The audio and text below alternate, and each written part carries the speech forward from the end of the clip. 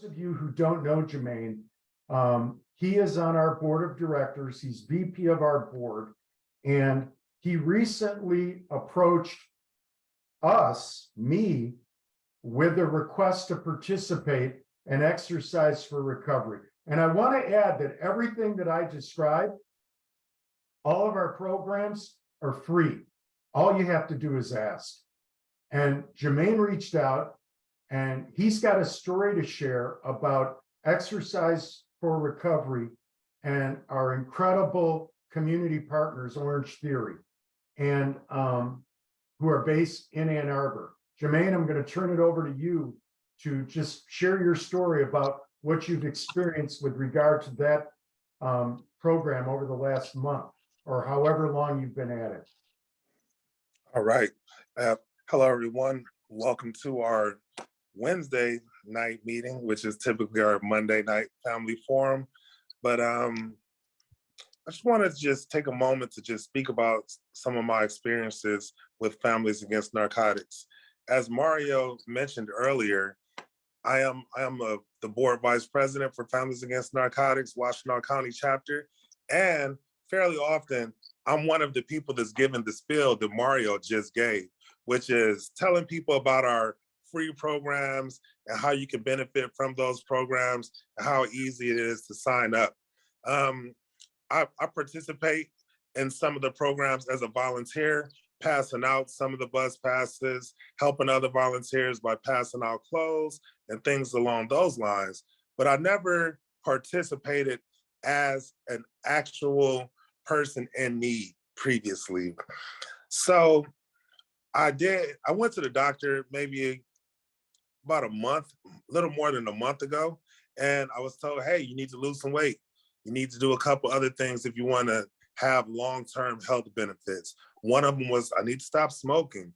It was a big list, right? And it was very intimidating. And believe it or not, when I went home, I was very agitated because I wasn't ready to make all the changes that were being asked of me by my primary care physician. I was to the point where I was saying to myself, matter of fact, this was right around my 7-year anniversary in recovery. And I was saying to myself, 7 years ago, I gave up alcohol, all substances. I'm trying to be a better person. Now they want to take away my cigarettes and my food. What do I have left? I was highly agitated. So I went to a meeting and I was talking about it to the group, and I decided that I was going to change my attitude and my approach, and I was just going to do it. Because if I wanted the benefits, I had to put in the work. That's something that I learned throughout this recovery process. And as I was sitting back trying to come up with a plan on what I was going to do, it hit me. We say it all the time. If we need help, just ask. So I thought about Orange Theory, and I hit Mario on the text message, and I told him everything that I had going on, and I said I need some help. I need to get into exercising, and I want to see what Orange Theory is like. Now, I thought this was a special process just because I know Mario personally. He said, no problem. Which one do you want to go to? The one on Main Street or the one on Plymouth? What's your email address? Send me your phone number and I'll take care of it. Within an hour maximum, I had an email in my inbox from Ingrid at Orange Theory saying, let's set it up. It was that easy. It really was that easy. And I showed up to Orange Theory a little bit ahead of time before my appointment, because I believe there was some sort of email issues going on during that time. And Cammie was there, who's another staff member at Orange Theory, and she knew all about Families Against Narcotics. She was very supportive of our partnership, and she took care of everything. It was a very seamless process. I got into Orange Theory on December 11th, I believe was my first day, or maybe December 7th. So I went in and weighed 296. A month later, I'm down to 289. Haven't had a cigarette in over a month, and things are just really going well. And the best part about it is that I didn't pay a dime for this first month of service. And this is available to anyone who wants to participate in Exercise for Recovery here in Washtenaw County. They don't just say, well, we don't just say, if you want to participate, just let us know and don't follow up. They really mean it. And if you are in need, please reach out, because this is the best exercise program I've ever been a part of before. They provide heart rate tracking. They send you emails to summarize your workouts. They have a trainer in every session. It's group-based. It's group-based and focused on an individual all at the same time. Now, how do they do that? I don't know, but it's really good. And just one quick story before I pass it on to back to Mario and the guys over at AARC, because I know what they have to say is very important. Here's a quick story. Where I'm at Orange Theory. It's maybe week 2.5, right? I'm struggling. We're using really light weights, but we're doing a lot of calisthenics, right? There's a lady next to me. She's killing it. I'm barely holding on. She looks over at me. I'm expecting her to say, this is really rough. She says, oh man, today is an intense day in the gym. I feel like I'm 100 instead of just 70. She saw your performance metrics on the TV screen. Is that yeah, she can see it. Yeah, she can see it. She says, I feel like I'm 100 instead of 70. Yeah. I look at this lady, she's working out like she's 20. I asked her how long she's been doing it. She's been doing it a few years, and I hope to be as good as she is over the next few years, and especially by the time I'm 70. So sign up for Exercise for Recovery. Awesome. Jermaine, thanks. You shared elements of your story that I wouldn't have shared, but I thank you. I thank you for that. And it just, what I want for everyone to know, and the reason we partnered with Orange Theory instead of some of the other gyms that, you get a card, you slide it, you go in at 2 a.m. That's not good for people in recovery, okay? What's good for people in recovery is the kind of stuff that Jermaine just communicated. Community, you're exercising with other people. They are led by professional trainers. There's healthy competition. They give you this device that tracks a few of your vitals, and those vitals are on a TV screen. So you're like, man, I got to get it in gear, because the guy next to me is, whatever. His heart rate is lower or higher. It's really good. And your first month is free. There's no obligation, you guys. We don't have a horse in that race. We just want for people in recovery in this community that we share to start leveraging this program. And I'm happy to tell you that after the first of the year, not too dissimilar from me, I went to my gym and it's packed. Why? Everybody wants to turn over a new leaf. And we are seeing an uptick in requests to participate in Exercise for Recovery. But don't just leave it at that. Get involved in our Yoga for Recovery. The main thing, get out of your house. Get out of your apartment. Don't isolate. Get out there in the community and start participating actively in some of these programs that we got. And Jermaine, thank you for zooming in, okay? And I appreciate you for sharing your story. And congratulations. So you haven't had a cigarette since when? December 7th. Good for you. Man, nicotine's one of the worst. So good for you, Jermaine. Thank you. All right, now you guys have a great. Yep. So with that, I want to transition over to our guest speakers. Andrew Stein, who is the new CEO of the Children's Foundation, and Dr. Matt LaCasse, who is the director of AARC. And the reason we chose this as a topic is that there are a lot of reasons, We need to get the word out about this incredible community resource. And when I say community resource, I'm not just talking about Washtenaw County or Livingston County or Wayne County. I'm talking about the community of Michigan, that we all need to start learning more about what's happening in Troy, Michigan, and who's going to benefit. And I learned about this from friends I have at the Children's Foundation, and they told me they were raising money. The Children's Foundation, the Jamie Daniels Foundation, Delta Dental, and private donors to fund AARC. And I'm not going to steal the thunder of Andrew and in particular, Dr. LaCasse, but there is no other clinic in the state of Michigan doing what AARC is doing.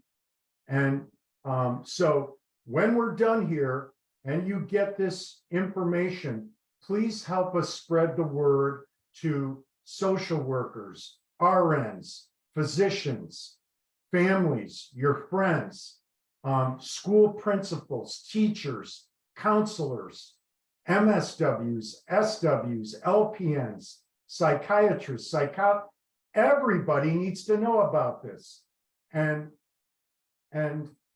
with that, I'm going to turn it over to Andrew Stein to share the Children's Foundation part of this story and how this program got started, how this clinic got started.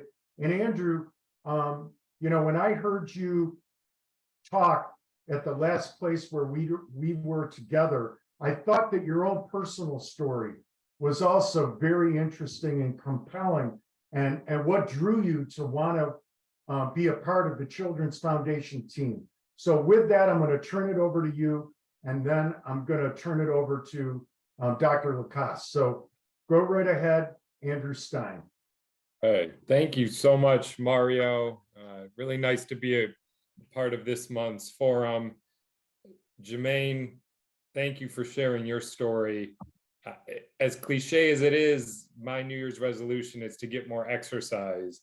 And the same way you're inspired by the 70-year-old woman next to you at Orange Theory, you inspired me. So I'm gonna get out there tomorrow with you in mind and you as my motivation. So thank you for that. Love it. I'm the newest to this team and to this community. I started in November as the new president and CEO of the Children's Foundation. So a lot of what I'm going to be talking about is work that is really credit to the team at our foundation and others and my predecessor. As Mario mentioned, I'm new in this role, started in November. Southeast Michigan is home for me. For the last 11 years, I've been working in the education space, leading a nonprofit called City Year. It's all over the country, but I've been leading the work here in the Detroit area. And what we do is we place young people out of college. They spend a year working full-time in systemically under-resourced public schools. So we partnered with all of the Detroit public schools, and we'd have about 125 full-time tutors and mentors in the schools every day. And in the time that I was with the organization, we went from being very academically focused. And in the education space, you don't get very far without being able to show some kind of outcomes in reading and math. And we spent a lot of time and energy focused on getting kids back to grade level in reading and math, which is hugely important. But what we realized through our work is that it's all about the relationships and how kids are feeling every day, physically and mentally, that is antecedent and has to be in place before you can start working on any kind of lesson plan that day. So over our time at City Year, we just started going deeper and deeper on social emotional support for students and how the young people, who are 22, 23, that we were sending into schools every day could just be a buffer against a lot of what kids were feeling and dealing with outside of school. And what we realized is that the more and more we leaned into that aspect of our work and made kids feel healthy and safe and happy in school, the academic piece became a whole lot easier because we could start to talk to kids about what are their hopes and dreams, and inspire confidence in them that they could reach that potential, and here's why this week's reading lesson is that first step towards there. So it got me personally and professionally really interested in a more holistic approach to how we support kids' health and wellness in our community.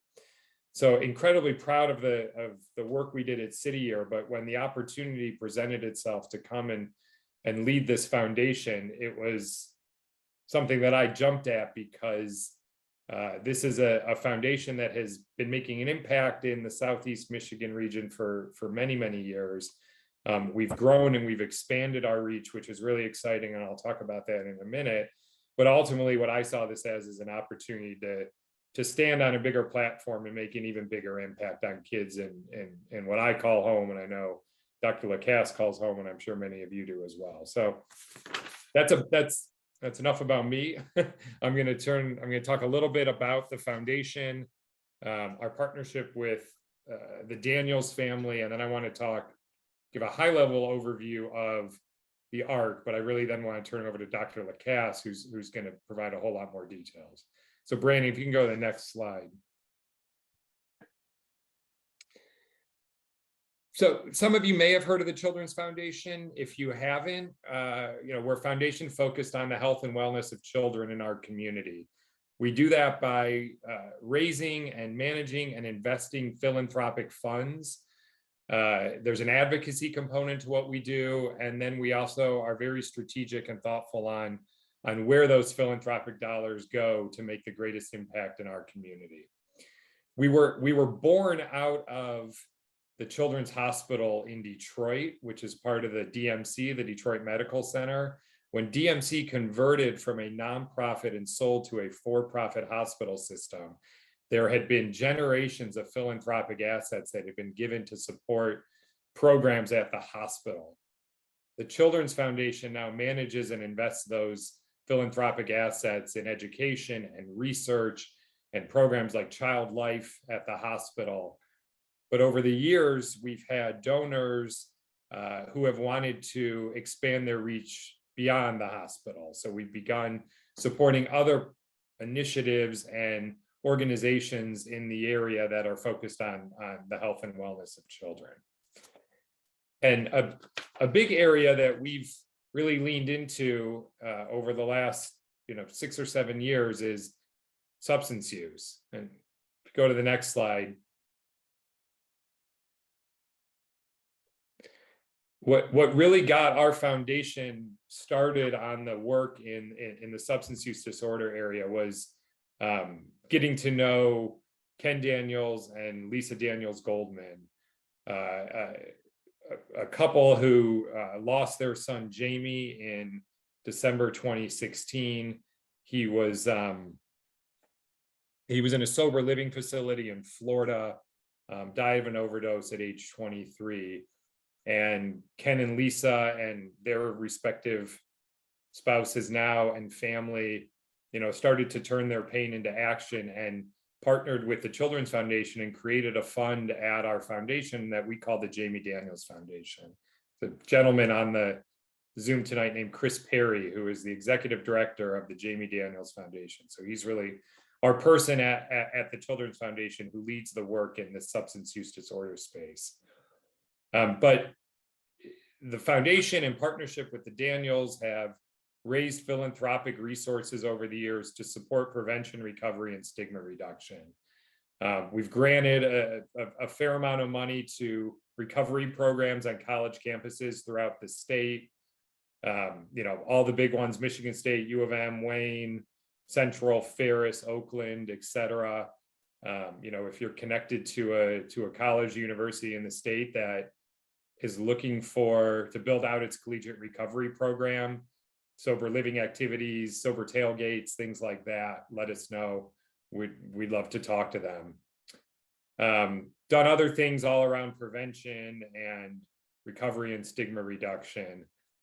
but we had been kicking around an idea for years about a physical space. For Ken and Lisa, when Jamie was dealing with his addiction issues, they ended up sending him to Florida for treatment. And I know their family and our team had long talked about the need for a resource here in Southeast Michigan. So if you go to the next slide, please, Brandon.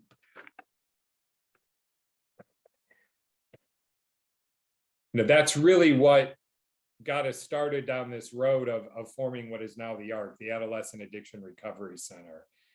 And so the foundation, we've got this connection to Children's Hospital. So talk to the hospital about use of a space, and there was room in the Troy facility on Big Beaver there. If you know the area, it's right near Somerset Mall. And so Children's Hospital agreed that they would donate use of the space within that hospital. Talk to university pediatricians that Dr. LaCasse is a part of, and they agreed to be the operator. And then there's the big question of, how are we going to resource this? How are we going to fund it? And so, the foundation, we worked with the Jamie Daniels Foundation, who's dedicated a source of funding. Delta Dental, same thing. A really generous family, the Georgie Giannopoulos Endowed Fund. This is a family that holds some philanthropic funds at the Children's Foundation. It's not on here, but the Van Elslander family, who recently formed their own foundation, has made a grant to support the work at the AARC. And then lastly, at the Children's Foundation, we do an annual event every year called Derby for Kids. It's on the same Saturday as the Kentucky Derby. It's coming up in May 6th. We've said the next 3 years, the proceeds we raise from the Derby are going to go to fund this clinic. And what this allows us to do by funding this philanthropically for the first 3 years is, we can make sure that anyone who comes into the clinic is going to get the support they need. And insurance isn't a barrier in that respect.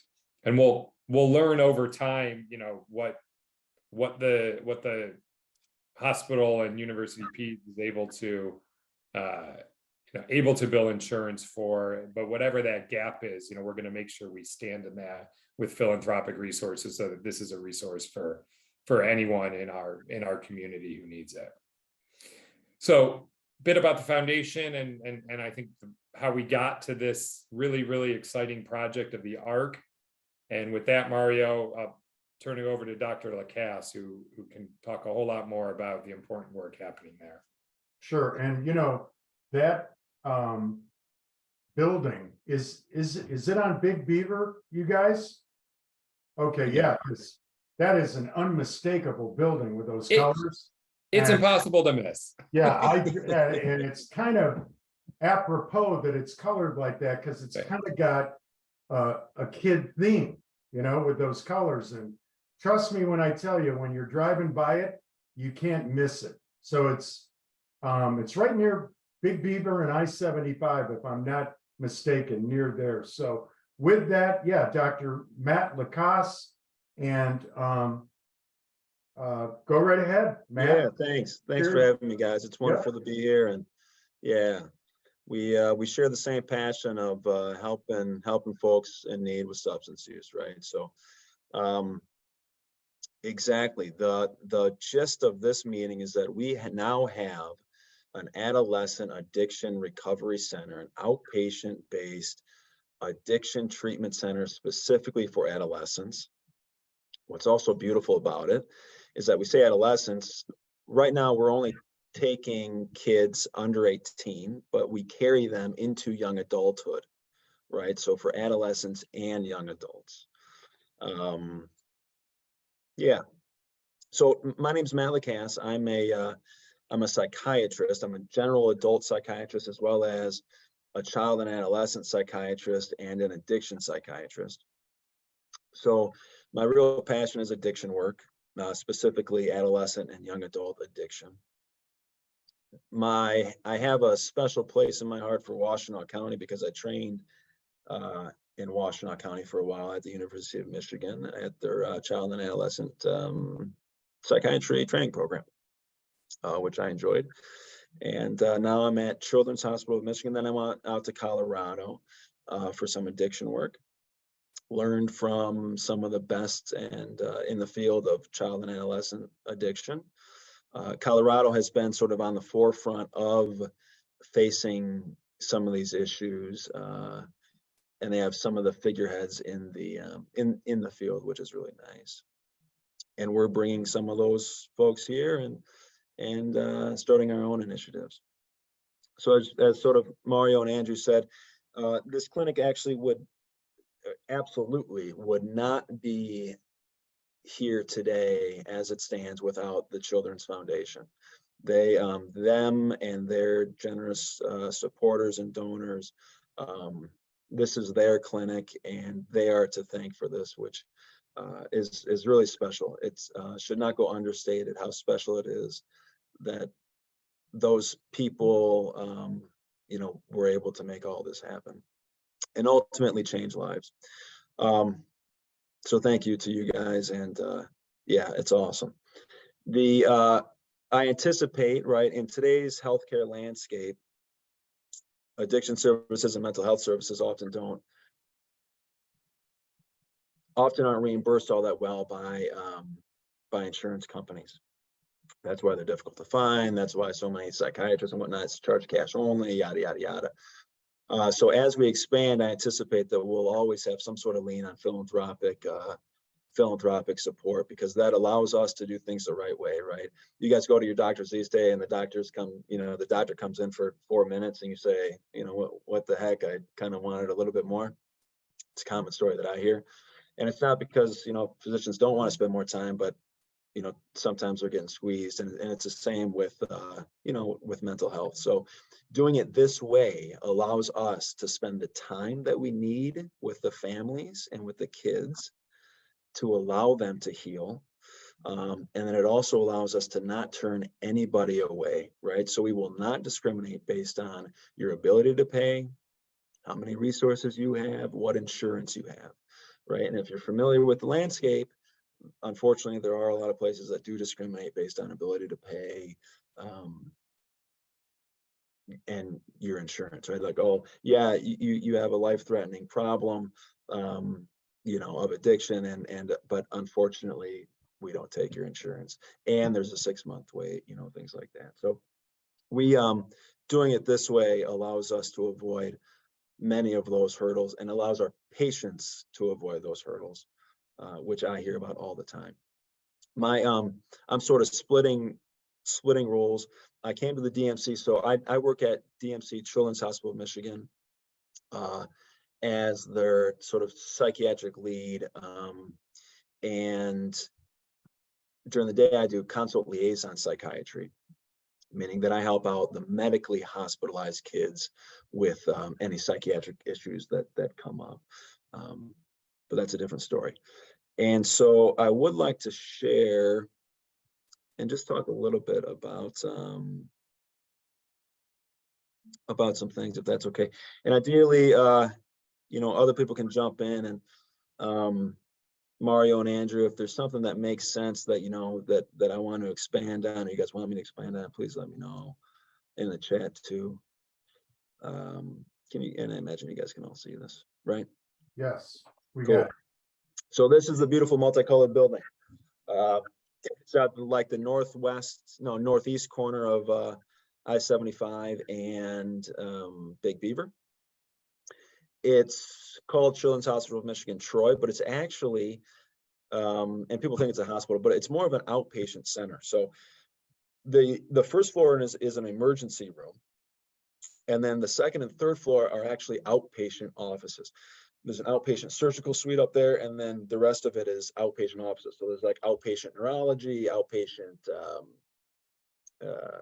rehab, outpatient sleep, outpatient audiology, outpatient dietary, all these things. And now we have outpatient addiction for adolescents. A wonderful we rebuilt the space. I didn't put photos in it here, but we rebuilt the space to look wonderful, and it's a very therapeutic environment. Not very not like the classic doctor's office, but it's a true sort of contained therapy office type of feel and treatment setting, which is cool. So I figured that we could take this opportunity to highlight some issues that are occurring in the world that I want to share. So if you guys will humor me just for a few minutes to talk a little bit about cannabis, opioids, and nicotine, those are some hot topics, and then we'll talk a little bit more about the AARC. So also, before we get there, it must be said that addiction is a disease of adolescence. So when you talk to people who are later on in their disease, right? 40-year-olds, 30-year-olds, 60-year-olds, you say, hey, tell me about how this all started. Almost undoubtedly, they say, well, when I was 14, I had my first beer. By the time I was 16, I was drinking every weekend. By the time I was 17, I was drinking a little bit before school and every weekend. Then I went to college, and then I was drinking every day, right? And the same with opioids. Yeah, when I was 13, I took my first pill. When I was 17, I was using pills regularly. Then when I was 18, my buddy taught me how to inject, and I started using heroin. Very common, and it's typical. The substances cue the brain for more substance sort of seeking behaviors in the future, and also sort of change the brain permanently, maybe, so you can't quite navigate the space as well. So it's really important to intervene early. Sometimes the addiction, it'll take off fast, right? So I have a 15, 16-year-old who really struggles, and those people we can really, sink our teeth into and really start working fast. Other people, it smolders for a little while and kind of goes a little bit under the radar, but then often takes off in young adulthood, 18, 19, 20, 21, right? These are when people are off to college, they're sort of on their own, living on their own, but they're not necessarily, I think as adults, we all understand that when we're 18, we think we know a lot, but there's a lot of maturation to be had. And without extra supports, particularly with lower resource families, if all of a sudden you're on your own and you're left to fend to get your own health care, and of course there's all sorts of other issues that play in a role, but it creates a very dangerous sort of environment when people are launching. There's a new term in the medical community, it's not all that new, it's about maybe a decade or older, called transitional age youth, which is like 16 to 25, right? And that's sort of a key golden period where kids are launching, but it's also a golden period where they're starting to explore drugs, they're starting to explore sex, they're sort of doing their own thing at the same time, dabbling with some risky behaviors. And often it's a time when they're kind of left a little bit alone. So it's important to hone in on those folks, and that's what we're doing. And that's exactly why we're going to carry people through young adulthood. And if it turns out there's a lot of 18-year-olds, right, and 19-year-olds who are still sort of adolescents at heart, sometimes even like there's an 18 or 19-year-old still in high school. Those people we'd probably take into the clinic and not discriminate against them. But then eventually we'll want to expand other services and maybe open it up to like having intakes to folks who are young adults already, 21, 22, 23. Hey, Matt, quick, and I wanted to let everybody know, as you're thinking about questions, put them into the chat feature, and we'll make sure they're addressed at the conclusion of Matt's presentation. But Matt, what's the minimum age? Or is no minimum age? If anybody, there's no minimum age. Yeah, no minimum age. Okay. All right. So keep going. Sorry for interrupting. Yeah, no. Yeah, and so one thing to think about too, and this is well known, is that these substances there is something about substances sort of being gateway drugs for other substances. So any addictive substance that was tried during adolescence or before the age of 15, folks are much more likely to develop an actual substance use disorder in adulthood, right? So the longer you can stay away from substances, the better. That'll be a large part of the clinic is education and outreach. We're getting involved. We've gotten involved with some school districts already, but we're getting more involved. And a large part of our initiative is research and prevention, right? So that we can help kids stay away at least every year. It makes a little bit of a difference because they're more and more mature. The longer they can stay away, the better. So what percent of adolescents meet criteria for substance use disorder? Substance use disorder means they have significant impairment from their substance use.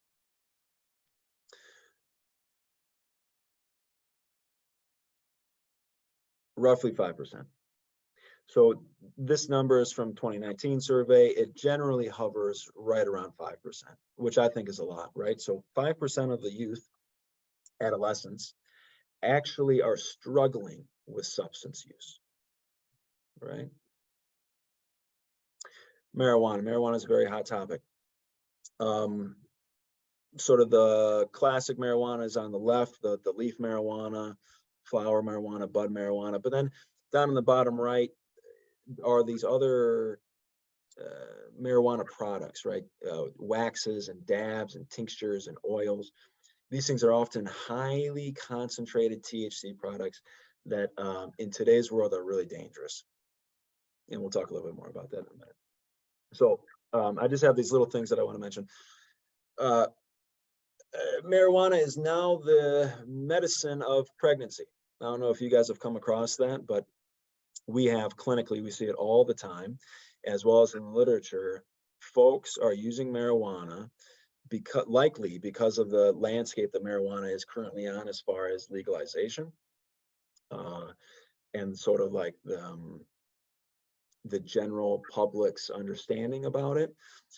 I didn't include a slide about this, but we are at an all-time low for youth thinking that marijuana is dangerous. So the lowest it's ever been, youth thinking it's dangerous, meaning that youth do not think it's dangerous at all, yet it does pose some really big consequences. And I think we can say the same about the general population, that with legalization and with sort of it being ubiquitous everywhere, people don't see it as risks. So what marijuana has become for a lot of pregnant women is the fix-it-all for pregnancy, the anti-nausea, the sleep medication, the anti-anxiety, the help you eat medication, all of that, right? For the longest time, we've thought that there are risks, and some studies have pointed towards some risks. I just wanted to highlight this recent paper out of California that surveyed a lot of people. Likely, cannabis use during pregnancy is much higher than what this paper captured. This paper captured just those that had it documented, but other surveys have found much higher rates than this. But this study tried to control for everything and looked at moms and kids, and they found that mothers had more gestational hypertension, and this is all statistically significant, preeclampsia, preterm delivery, and maternal morbidity, right? And then the infants, the kids, the babies had more respiratory distress syndrome. They were smaller. They spent more time in the ICU and more admissions there. More of them died prematurely, which is a big one, of course. And then, but there was no difference in stillbirth or hypoglycemia, right? So forget about those two, but all these other things were increased in those who were using marijuana. The next thing, this meme kind of, this is not funny by any means, right? And I didn't want this cartoon to look funny. Cannabis-induced psychosis is a absolute tragic thing that I see on a fairly regular basis at Children's Hospital of Michigan downtown. Kids that are themselves, happy, a part of family, have the whole world in front of them, use a lot of high potency marijuana products, primarily vapes, and it's life-changing for them. They become psychotic, and sometimes the psychosis improves, and sometimes, unfortunately, it doesn't. And it's really dangerous. And part of the issue is that marijuana these days is, like I said, everywhere, and people and kids can get high constantly. Back in the day, you had to smoke weed or eat it, and it was very difficult to be high constantly. Today, with these very high potent vapes that you get, people can hide smoking marijuana or using marijuana and get extraordinarily high all the time. And a lot of kids that have maybe some impulse issues or some other difficulties will do this and use marijuana products to like unbelievable extents. And then they'll wake up 6 months later saying, whoa, what has happened? And we've been able to help out a lot of patients actually in our clinic so far with these types of issues. This is the opium poppy. This is sort of the plant that gave birth to morphine and codeine, right, through this juice. You score the poppy, and then this juice comes out, and that's opium, and you can smoke it and use it. And that's where we get all of our opioids. Big problem, I'm sure you guys have heard on the news, is fentanyl. Fentanyl is not only in, the point I want to make is fentanyl is not only in like heroin, although it is. Fentanyl is in fake pressed pills. So adolescents, what happens is they think they're getting a benzodiazepine. Their buddy says, hey, do you want a Xanax? And actually it's a little bit of filler, right? A little bit of flour, whatever it is, and a little bit of fentanyl. But the kids don't know the difference. The kids get like this high. Hey, you want a Valium? And it's not Valium at all, it's fentanyl. Same with opioids, Vicodin, Percocet, Oxycontin, whatever it is, it's fake pressed pills that are going around. So it's very important to educate people that pills can be extraordinarily dangerous. Even if you took one Percocet before and nothing happened, this next Percocet you take might actually not be Percocet, and it might be fentanyl. E-cigarettes, this the same way that vaping marijuana is taking over. Adolescents are sucking on these things constantly, and they're becoming much more nicotine dependent. Actually, so nicotine, thankfully, because of all of the money that was spent on education and public awareness of how dangerous smoking cigarettes can be, nicotine really plummeted in the adolescents for the last couple of decades. And really young people aren't picking up cigarettes too often, right? The world, and particularly the United States, did a wonderful job beating that, and it worked. And then these electronic cigarettes came out, right? Vape devices, and we're back with a big problem because adolescents are becoming very nicotine dependent. I highlight how much Juul sold for because now there's a lot of industry backing these things. And when we know industry backs these things, sometimes it's very difficult to make changes. This is a breeze. This is a very common one. If you look on the ground, you'll see them thrown out. It's like they're not rechargeable. You buy a pack of them or you buy one and then you have it for a week or two. It's about this big or whatever. Very easy to smoke, very easy to hide. Want to highlight, so these breezes have 2,000 puffs in them, right? And I was going to say a little bit something about the nicotine content. Sometimes there's the higher nicotine contents and lower nicotine contents. In general, each puff is about equivalent to a puff of a cigarette puff. So 2,000 puffs per breeze. There's roughly 8 puffs per cigarette. Okay, so if there's 8 puffs per cigarette, that means there's about 160 puffs per pack of cigarettes. This breeze has 12.5 packs of cigarettes in it, right? So these adolescents are walking around with roughly 12.5 packs of cigarettes in their pocket in the form of this little thing. that they smoke all day long, right? And then thankfully they can come to our clinic and say, hey, I'm nicotine dependent. We have had several patients come saying, hey, I'm nicotine dependent. I can't get off this stuff, right? I can't, I constantly think about it. I go through withdrawals, and we can help them, which is wonderful. This is a little bit about vaping.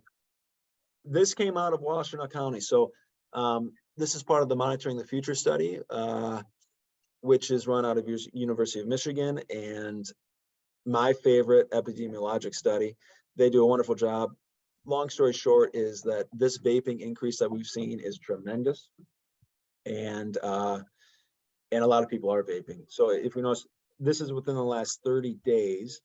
You know, roughly 20% of 12th graders are using nicotine vapes within the last 30 days.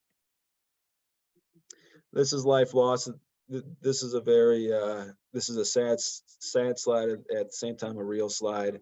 Another paper that came out late last year. This sort of piggybacks the unintentional overdose from the fentanyl pills and the fake drugs. This group of people tallied up all of the years of life lost due to unintentional overdose. We can see it's young people in between 10 and 24 years old. Average age was just under 18. So like in 2017, you know, over 250,000 years of life were lost due to young people losing their life. So that brings us to the Adolescent Addiction Recovery Center, right? To where we can help make a difference in these types of difficulties. That's the photo of the building. It's a wonderful space, easy parking, easy in, easy out, more parking than you could ever ask for or ever need, to be honest. So that's great. And right by the highway. We opened in October. Currently, we are sort of primed for 3 providers, myself, and then 2 therapists. I also carry my own therapy caseload and an office manager.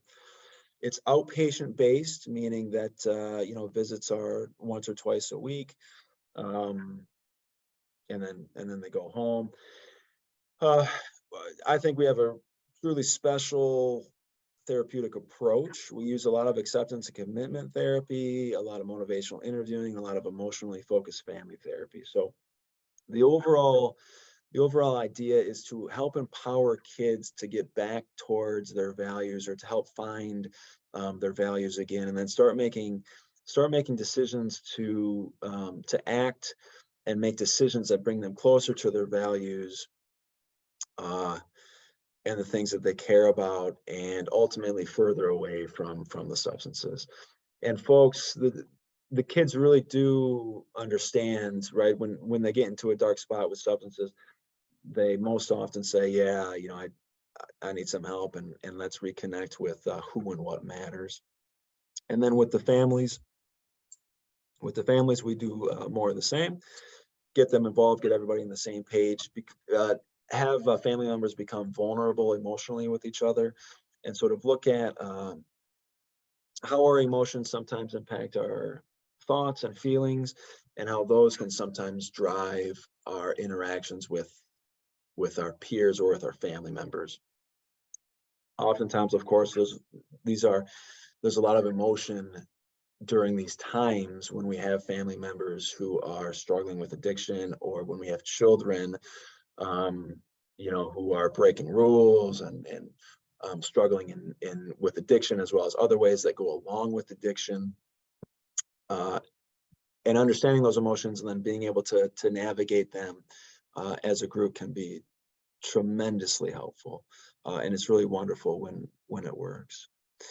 What makes our clinic also very special is that because so we offer medication for addiction treatment, previously known as medication assisted treatment, for substances. So there are a small group of people who have severe enough disease where they need special medications to help them detox, and maybe even medications to help them stay away from using more opioids or more nicotine or more alcohol. and I can provide those as we go along. Also special about our clinic is, because I'm also a child psychiatrist, I have the ability, and a general psychiatrist, the ability to treat the comorbids that come along with substance use. So oftentimes, I mean, substance use rarely stands alone, right? There's generally something that comes with it: family troubles or more internal troubles, depression, anxiety, bipolar disorder, trauma, and we're special in the sense that we can address that as well. We can do detox. So if folks come in opioid dependent or alcohol dependent or benzodiazepine dependent, if things have gotten out of control and they cannot stop because they go into withdrawal, it's a safe spot for them to come as our clinic, because we can do an outpatient detox. They don't have to go away to some fancy, $100,000 spot. We can do this in home with them through our services. We do have a little bit of a safety net, which I really enjoy. We have an emergency room directly below us, right? Which is wonderful to have. We have not yet had to utilize them, but it is an asset. So if things ever do get hairy, we have extra support, which is wonderful, and something that most clinics don't have. And then, so currently we're taking kids under 18. Primary issue must be substance use. That's really what our wheelhouse is substance use. Of course, folks are going to come with, the depressions and anxieties, but what we really want to capture are the dangerous substance using folks that are using opioids, pills, alcohol, things like that, marijuana. Okay. As we talked about, it's sort of at this point, it's completely philanthropically funded. The Children's Foundation has played the biggest role in that, the only and biggest role. It allows us to not discriminate based on anybody's ability to pay. It also sets us up nicely for expansion. So we ultimately want to get involved with schools. There's a lot of school initiatives that we have in mind: satellite sites, more sites, maybe more, maybe like higher level of care, intensive outpatient, which is like a separate program where we could have kids come for like several hours a day for maybe 3 or 4 days a week. And then maybe even long-term residential care, right? That's something that the state needs badly. We need a spot where adolescents, if things are severe enough, and if they're not doing well at home, a spot where they can actually go and live and receive some care. And this initiative could get there with a little bit of time and continued support, right? We really want this to be, we want the AARC and the start of this to be the region's adolescent addiction treatment resource, and expand and build so that finally we can have a system that takes care of folks who are struggling in these types of ways. So thank you guys for the time. I hope it wasn't too burdensome with some of this, numbers or whatever. But those, I thought those things would be important to share. This is the number for the Adolescent Addiction Recovery Center. So feel free to call and share that number with anybody that might be in need. I do want to make a note that we'll see families, if the kid is pre-contemplative, as we say, or in a spot where he or she does not want to come, or refusing, or maybe in juvenile detention at the time, whatever it is, if the parents want to come in and say, hey, we really want to work towards getting help so that we can help our kid and try to figure this whole thing out, parents can come even without the kid, or loved ones or spouses or guardians, whatever it is, right? So share the number, and then please let people know who are struggling. That's the scholarship piece to this, and the scholarship fund and the philanthropic support goes further than just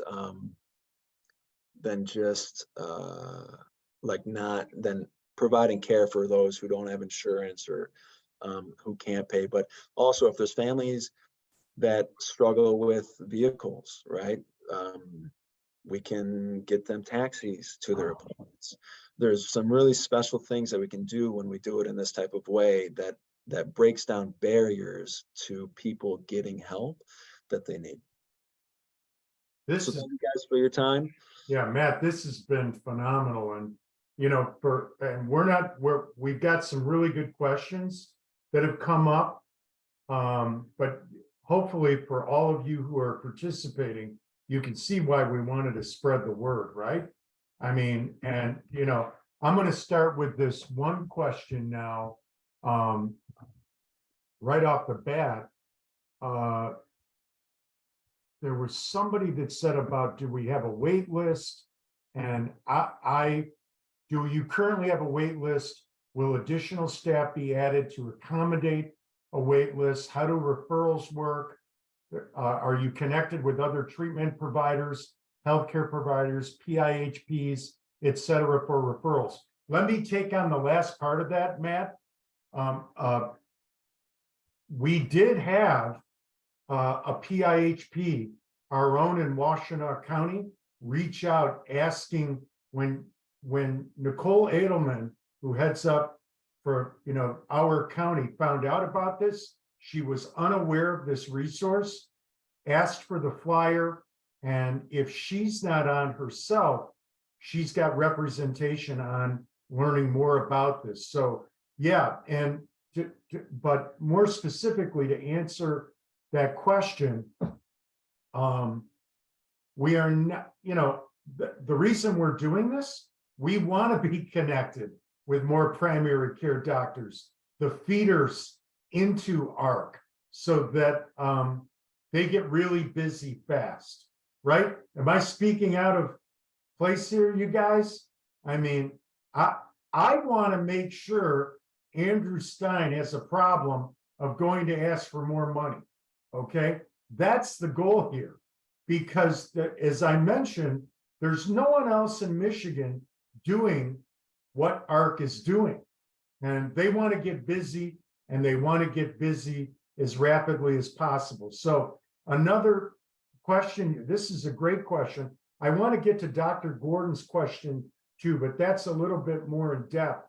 So do the kids that come in, the teenagers, have to have parent consent? That's a great question. That is a wonderful question. So the long story short is yes and no. So as a provider and somebody who thinks it's important to have the family on board, I encourage that, that we do our best to get everybody on the same page and do that tactfully, right? But formally, a kid, and when I say a kid, an adolescent, can seek his or her own treatment for sex-related issues as well as substance use-related issues. So they could come for psychotherapy. What they would not be able to receive would be medications. So that's a yes and no. They could come without parental consent and say, hey, I have a problem, but I for whatever reason, I don't want, or I can't have my parents to know. And we could work with them. We would explore the reason why they don't want their parents to know, and attempt to work that out. But we can't provide medications. Okay, yeah, well, that's where the yes and no comes in. And actually, that's a good answer, Matt. For some of the stuff that you can get moving on right away, where you necessarily wouldn't need parental consent. You don't ask for it, but certainly when you get involved in some of the Matt, correct? That's where you were going. Right, yeah, or any medications, even like, let's say they have anxiety and we decide, hey, it would make sense to start a medication, to go along with your psychotherapy. Yeah, we can't do anything without parental consent before, until they're 18. Okay. One of the questions was, how do I donate? Andrew, you want to take that one real quick? Yeah, I'll drop a link in the chat, and love that folks are asking that. If you want to have a more in-depth conversation or learn more about the clinic, or even potentially come to the event I'm talking about in May, the proceeds of which will go to the clinic. I'll share my contact info in the chat, Mario, and you can also send it out to the group after. Yeah, go ahead and put if you're comfortable, Andrew, put your email address into the chat feature. And I want to make sure again, I am going to get to Dr. Gordon's question, but I think there was something, there's the donation.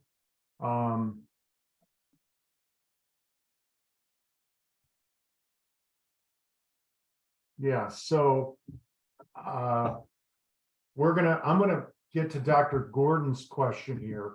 This is really interesting. So launching is an excellent term that needs a great deal of attention. As a psychiatrist, I'm very familiar with this introduction phase in the form of what may have been reasonable and appropriate for a short period of time, acute pain, but then goes off the rails, leading to this launching, or as I refer to it, on a ramp, coupled with the increased acceptance and social change that has come along with legalization of marijuana and dominion. How do you pronounce that, you guys? Anyway, it's getting smaller. That's what the word is. Okay, of appropriate caution with all substances. My question is this, and I apologize for being repetitive. How can we focus more on prevention to abort launching? Good question. And I'll tell you, and Matt and Andrew, for those of you who are not aware, in the spring of last year, I was appointed to the State of Michigan Opioid Settlement Committee. This is that question right there about prevention and focusing on youth getting upstream. We're addressing that on the opioid committee. And I will tell you what we do at FAN. Jermaine, who everybody met early on, he and I were asked to go speak at a local high school. Jermaine's going to share his story. I'm going to share my story, and how I got to found the Washtenaw chapter of Families Against Narcotics. And for those of you who are unaware, my kid died. Yeah. 5 years ago. And I wish AARC was around then as it is now. And the fortunate thing for me, I can afford the very best care. And my kid is still dead. The problem is there are a lot of people out there who can't afford the very best care, like Dr. LaCasse alluded to, right? Where do you go then? You become anxious, you become depressed, you don't know where to turn, you don't know what to do. And now there's hope for those folks who don't have the resources to provide their loved ones with the care they need to begin to heal. So my answer to Dr. Gordon's question is you got to get out there early. Matt, Dr. LaCasse shared that statistic that very early on in his presentation, that this starts early. And so Jermaine and I are going to talk at U of D Jesuit, okay? I don't know when it's happening, but we just got asked to go speak in front of those kids, the entire school. That is happening. If you are a part of a high school or a university or a business, FAN does those type of engagements. We'll come and share our stories. On March 8th of this year, FAN is renting the Michigan Theater. We are bringing in former NBA Boston Celtic player Chris Aaron, whose life was turned upside down by his use of drugs, and he's going to share his story. And then after he shares his story, the University of Michigan is going to lead a moderated panel discussion on the drug culture. And my point is, we're filling that theater on March 8th with our youth and our, young adults, teenagers, and we're going to talk about this, right? So that we can stem this off at the pass. And if either of you guys want to take a stab at answering that question from Dr. Gordon, what about prevention? And just to reiterate his last, my question is this: how can we focus more on prevention to abort launching? You want to take a stab at that? Yeah, Mario, I think you hit much of what I would say, and I think that we have an example with nicotine use, and what we did with sort of the public knowledge, education, and understanding, and basically highlighting the dangers and other issues. The plan for the AARC is to do, Mario, some of the things that you said. So we're going to get involved with schools, do outreach to families, other communities, some that are in the recovery space, others that aren't. Really try to have a presence in that way. I'm trying to think about the medical community has also has the ability to sort of tamper the launch. And I do think that the medical community has done a nice job with the opioid epidemic. As far as young people using opioids, it was on a very steep trajectory for a while and peaked, in the 90s and 2000s. And since then, since awareness has come, it's sort of plummeted, which is good. Yes. So the medical community has, the power, and I think that there's a lot of momentum behind prevention and talking about these things. Your analogy, Matt, about the educational campaign behind nicotine and smoking and how those numbers went the right way down in this case after people were educated is a great analogy. Mm-hmm. And that is what needs to happen. It's educate, and keep repeating it until people are sick of hearing it. And then eventually it soaks in. And, another question here, and I think, Matt, you already answered this, is there a sibling parallel program for adults? Did you answer that question by saying that if a family comes in, do you understand? Dr. So if the question is, so currently, no, we don't have like an adult program of the same landscape. But we have a lot of adult involvement, but it's specifically the adults that are involved in the adolescents' lives. Right. Okay. Somebody asked a question about future plans, and I wanted to make sure that we address that. Just our let me see if I can find it here, about future states, or not. I don't know about states. Somebody asked about up north, Matt, like northern Michigan, I'm assuming, or what is that in terms of expansion? And it was specifically, I think it referenced satellite locations. Has there been any thought given to Do you have any vision of helping satellite clinics or helping other areas north develop an ARC establishment? Absolutely. We can and will take this wherever the need is, and wherever, of course, we'll pick and choose, maybe based on need and support and funding and different, partnering with other local, for instance, organizations that exist up north. but yeah, the overall goal is that this is the start.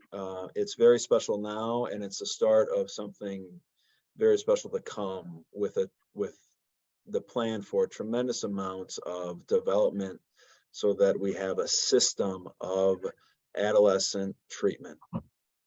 Yeah, Matt, here's another great question. And this lends its, or kind of will answer, maybe you don't have to go and open up other satellite locations depending on the answer to this question, but are you able to provide treatment virtually or just in person? And do you offer groups and individuals for the adolescents? I'm not sure I understand the second question, but Matt, why don't you go ahead and take that one on? So currently we're not offering virtual, only because it's not something that we built in yet, but we probably will build it in.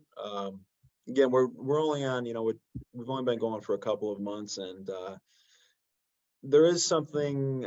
My personal opinion is that care is better in person, but a virtual option, of course, would be necessary down the road, and we have plans for that. As far as groups, I'm treading very lightly, because in the adolescent population, you have to have a very, very skilled clinician monitor the groups, because with adolescents, groups can sometimes get a little bit hairy, and the kids don't have the maturity that adults do to not influence each other or not be influenced by each other as readily. So if we get a group that groups can go in the wrong direction is the bottom line with adolescent substance use. So currently we're not offering groups. As we expand and as we get more and more skilled clinicians on board, and when we find a skilled clinician who says, I want to run groups and I've been doing it for a long time and I can handle that, then we'll have groups. Okay. One question here, and I'm not sure. I know I can't answer this.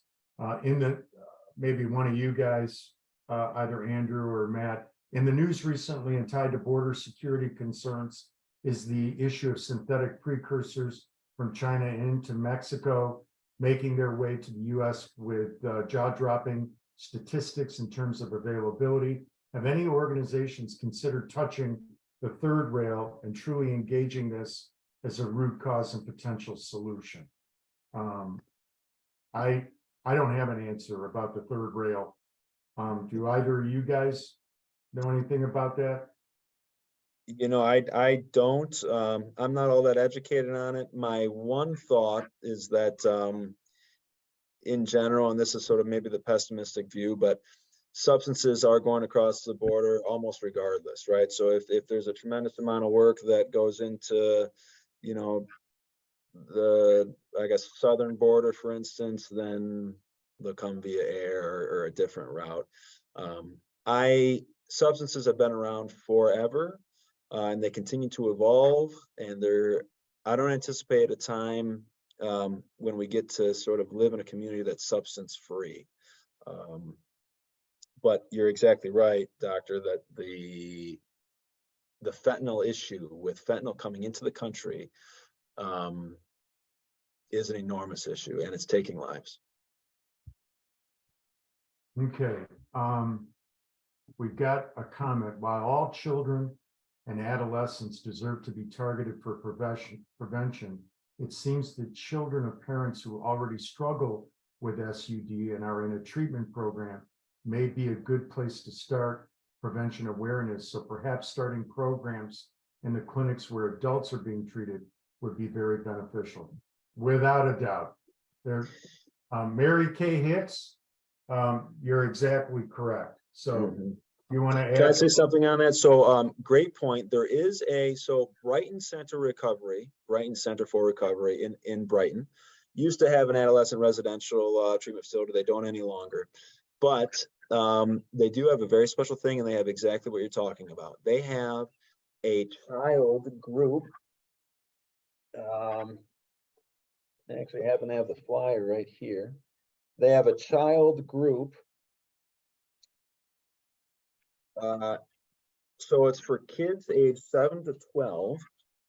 I guess maybe you can't see it. Kids age 7 to 12. It's called the Children's Addiction Prevention Program. And it's open to anybody. The kids don't have to be children of current Brighton patients, right? If that makes sense. So it's open to the community. And it's a place where children can learn in a very developmentally appropriate way a little bit about substance use and what it means for them and the family and you know, their loved one who is their parent, their guardian. And I think Mary Kay, if you can add to it, you're also referring though, and I'm just trying to read between the lines on your question, hitting up adults from a prevention perspective. And Mary, I don't know if you're still on, but I want to make sure we answered your question. But look, I know this at the AOC, the opioid, settlement committee is the acronym we're using in Lansing. We are addressing prevention across all ages. We're not just focusing on kids. That's where it starts, but we're going to be looking to do prevention, fund prevention programs across all age groups. You know, that's the direction we're heading. Nothing's been finalized yet, but good things are happening in Lansing. In fact, I've got to get to a meeting tomorrow of that committee. So I'm not sure if we've got any additional questions. I want to make sure that I think we hit everything. Let me go to one more place. Yeah, I think we've got everything.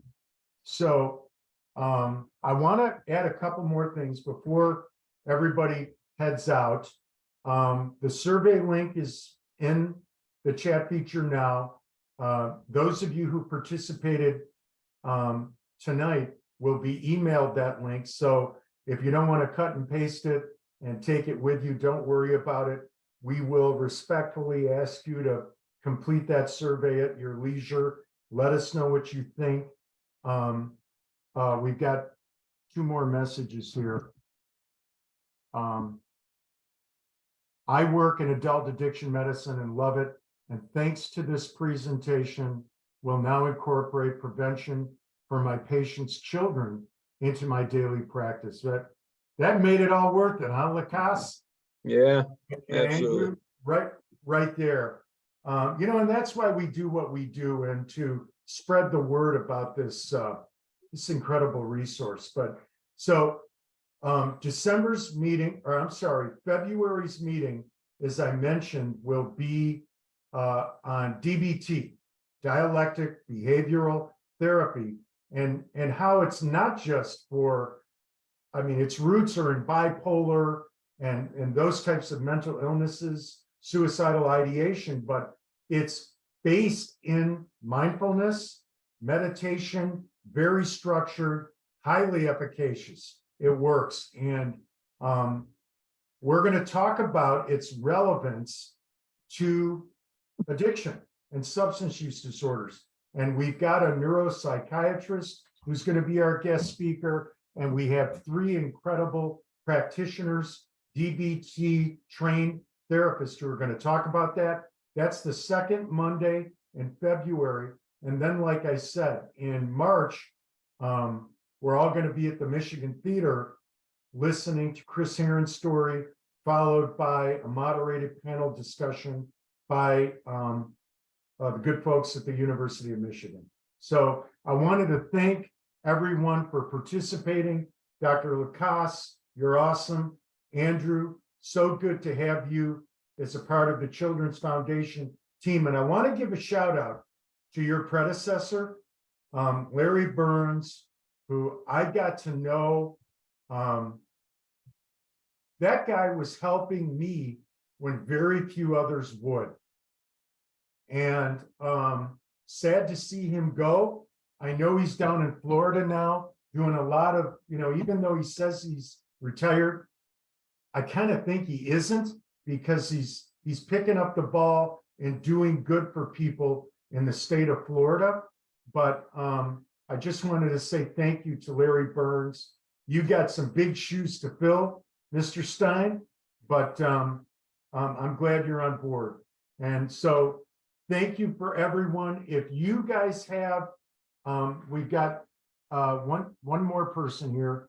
I have really enjoyed this topic. I wanted to introduce myself. I'm the new fan volunteer coordinator. And if anyone wants to volunteer with Fan and Hope Not Handcuffs, please reach out. There is Kimmy's email. Yeah, we're having an unprecedented number of requests for peer recovery coaches.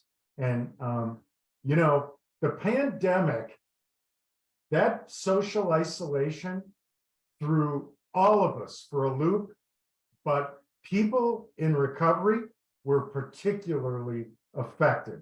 And we talked about that, right? At the beginning of this forum, that I want to end with this, and then we'll go off, but I will never forget, I attended a University of Michigan sponsored conference called Rewrite the Script. This was about a year and a half before the pandemic. And one of the guest speakers on the panel discussion was a C-level person at Blue Cross Blue Shield. And he talked about addiction, substance use disorder. And he said, you know, we want to help, and I'm paraphrasing, we want to be a part of solving this problem because our teammates, our employees are suffering, their family members are suffering from this disease. The other reason we want to get to the bottom of this is that people are relapsing over and over and over again, and it costs money to continue funding those repeated relapses. So this guy said, we researched what the single biggest contributing factor was to relapsing, and it was social isolation. And so I tell people that get out of your house, get out of your apartment, be a part of your community, be a part of our community here in Washtenaw County. Reach out to people like Matt and Andrew, ask for help. Help is available. So social isolation is not good. Loneliness is not good for people in recovery, but the antidote to addiction is community. And so I'll leave you on that note. You guys are awesome. Thank you so much for sharing your knowledge in this resource with everybody here. And we'll see everybody next month. Take care.